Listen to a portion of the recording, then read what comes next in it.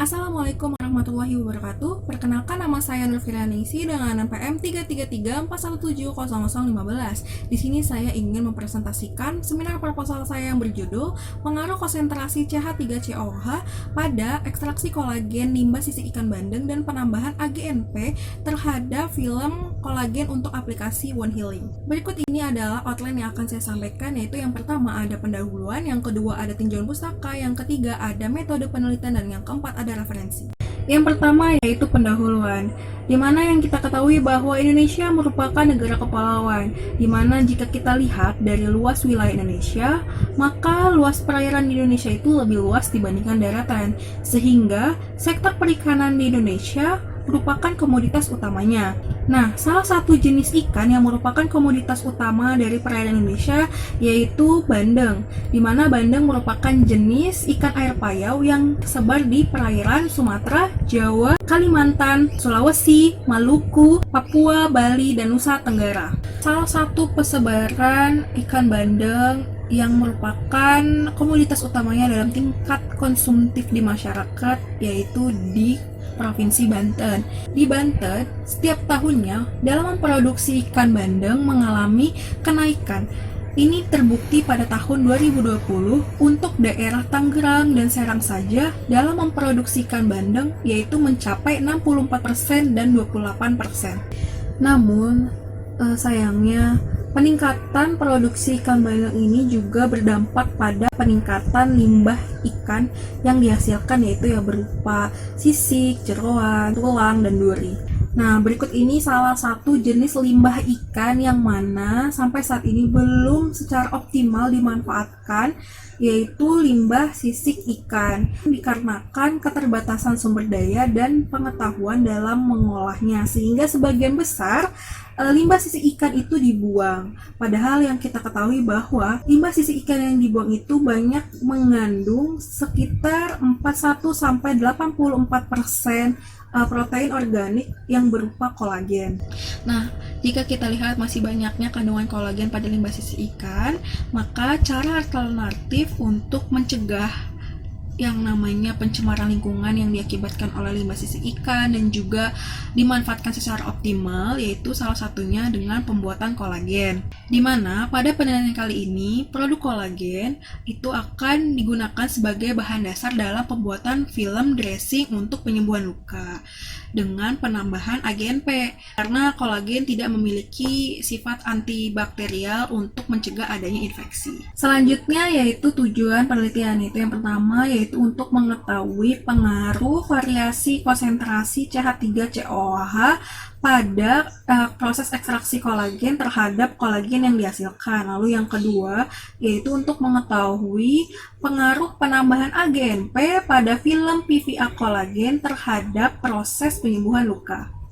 Selanjutnya yaitu tinjauan pustaka, di mana sisik merupakan sistem integumen bagian terluar dari hewan vertebrata seperti ikan, reptil, maupun beberapa mamalia. Ketahui bahwa sisik itu memiliki bentuk lempengan-lempengan kecil yang tipis, lalu juga berduri yang saling menempel dengan erat. Sistem integumen ini terdiri dari dua lapisan utama, yaitu lapisan epidermis dan lapisan dermis. Pada ikan, lapisan epidermis ini membentuk sel lendir, di mana berfungsi untuk melindungi ikan dari parasit, jamur, dan bakteri. Sedangkan untuk lapisan dermis itu berfungsi dalam pembuatan sisik untuk ikan yang bersisik. Selanjutnya yaitu ada jenis-jenis sisik ikan. Terdapat 4 kelompok, yaitu yang pertama ada kosmoid. Jenis sisik ikan ini sudah jarang sekali ditemukan dikarenakan ikan yang memiliki jenis sisik ikan kosmoid sudah punah. Selanjutnya yaitu ada sisik palakoid. Nah, jenis sisik ikan ini dapat ditemui pada ikan hiu atau ikan pari, di mana bentuk dari sisik jenis ini yaitu seperti duri yang menonjol ke belakang. Selanjutnya yaitu yang ketiga, jenis sisik ganoid, di mana jenis sisik ini dapat ditemukan pada ikan gars, bichir, dan redfish. Nah, bentuk dari jenis sisik ikan ganoid ini yaitu bentuknya itu seperti berlian atau belah ketupat, keras, dan berkilau. Nah, yang terakhir yaitu jenis sisik elasmoid, di mana jenis sisik ikan ini paling umum karena sebagian besar 26.000 spesies Teleostei memiliki jenis sisik ini.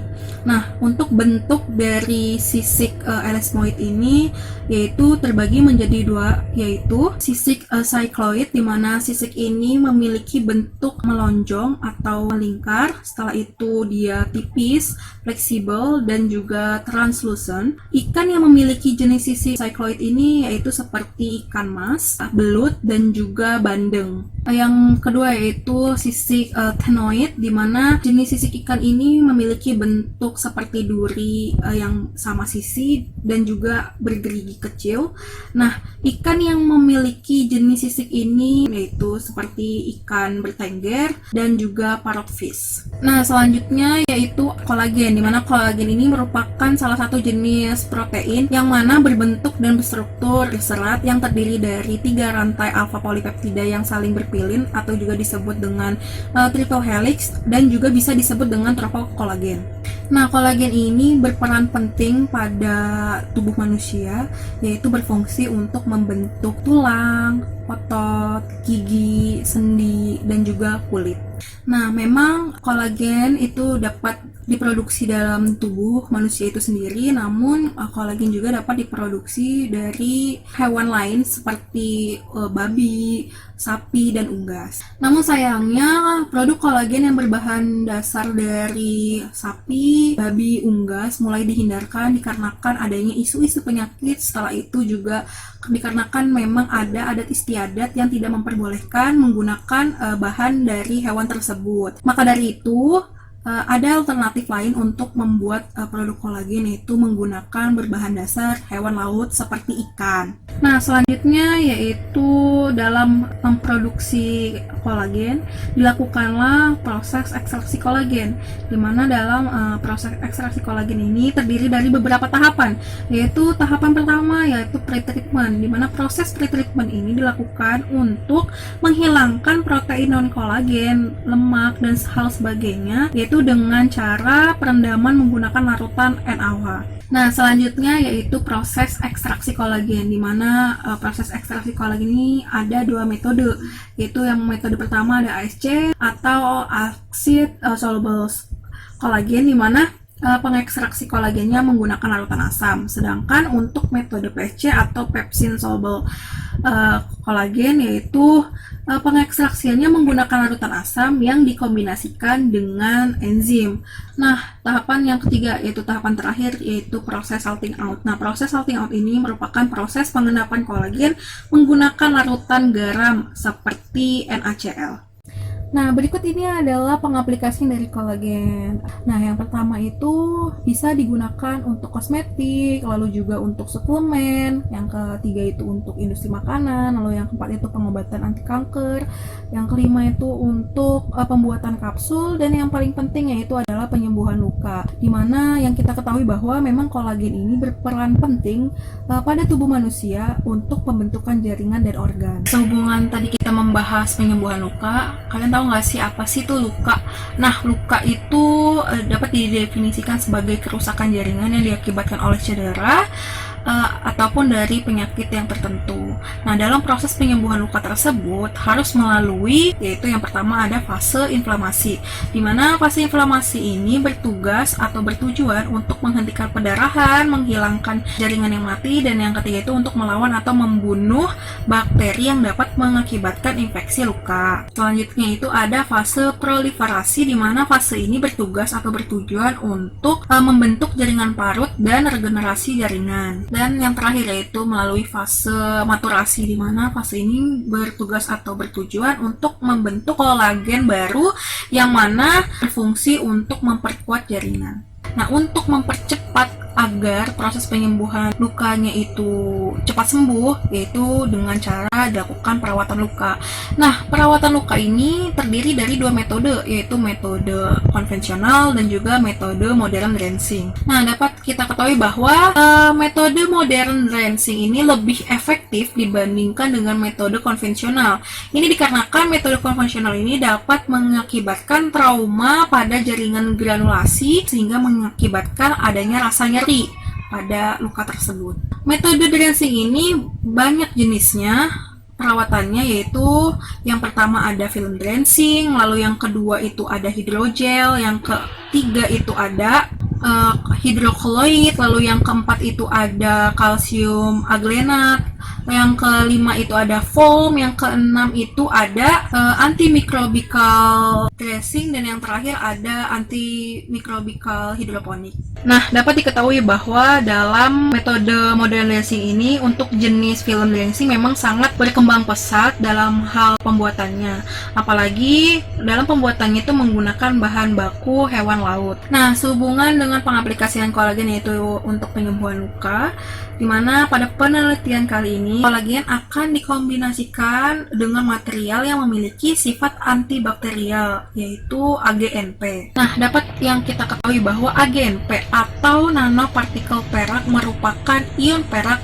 yang berukuran sekitar 1-100 nanometer dan merupakan produk dari nanoteknologi yang saat ini dikembangkan dalam pembuatan antimikroba. Nah, dapat diketahui bahwa memang nanopartikel perak atau AGNP ini memiliki keunggulan, yaitu lebih reaktif sebagai antimikroba bakteri, virus, dan fungsi patogen dengan spektrum yang luas. Selanjutnya yaitu metode penelitian, di mana pertama-tama yang harus dilakukan yaitu menyiapkan limbah sisi ikan bandeng yang telah dicuci bersih dengan air bersih dan juga sudah dikeringkan oleh sinar matahari. Kemudian limbah sisi ikan akan dilakukan penimbangan awal, kemudian akan direndam menggunakan larutan NaOH 0,1 molar sebanyak 1:10 weight per volume selama 3 kali 24 jam, dan setiap harinya larutan NaOH akan diganti dengan yang baru. Kemudian dilakukan perendaman kembali menggunakan Aquades hingga pH yang dihasilkan yaitu netral. Selanjutnya dilakukan proses ekstraksi kolagen menggunakan larutan CH3COOH sebanyak 1:10 weight per volume dengan variasi konsentrasi yaitu sebesar 0,75 molar, 1 molar, dan 1,25 molar selama 3 kali 24 jam. Kemudian dilakukan proses penyaringan untuk memisahkan residu dan supernatan. Nah, selanjutnya dilakukan proses salting out atau pengendapan, yaitu menggunakan larutan NaCl ke dalam supernatan hingga konsentrasi yang dihasilkan adalah 0,9 molar, dan kemudian dilakukan proses sentrifugasi sehingga menghasilkan endapan kolagen. Nah, endapan kolagen ini akan dilakukan proses pemurnian atau proses dialisasi dengan cara dilarutkan menggunakan larutan CH3COOH 0,5 molar sebanyak 1:10 weight per volume dan akan dimasukkan ke dalam membran selofan dan akan direndam ke dalam larutan CH3COOH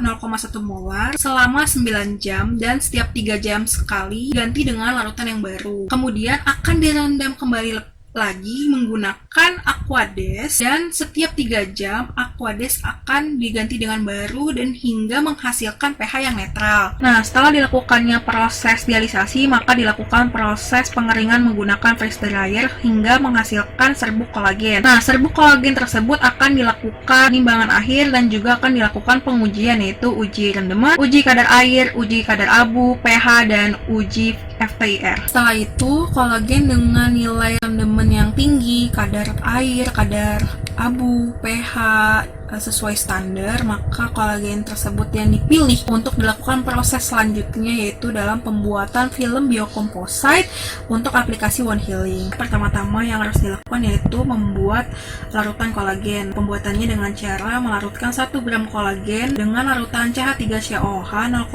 molar sebanyak 10 ml. Setelah itu diaduk menggunakan magnetic stirrer selama 2 jam. Setelah itu dilakukan pembuatan larutan PVA atau polyvinyl alkohol dengan cara melarutkan 2 gram PVA dengan Aquades sebanyak 15 ml pada suhu 80 derajat Celcius, kemudian diaduk menggunakan magnetic stirrer selama 3 jam. Kemudian dilakukan pembuatan larutan PVA kolagen dengan cara mencampurkan larutan kolagen tadi dengan larutan PVA. Setelah itu diaduk menggunakan magnetic stirrer selama 3 jam. Setelah itu dilakukan pembuatan PVA kolagen AGNP dengan cara mencampurkan larutan kolagen dan larutan PVA. Setelah itu ditambahkan 10 tetes AgNO3 ke dalam larutan tersebut. Setelah itu diaduk dan dihomogenisasi menggunakan magnetic stirrer selama 3 jam. Setelah itu, untuk pembuatan film PVA kolagen yaitu menggunakan alat electrospinning, sama halnya juga dalam pembuatan film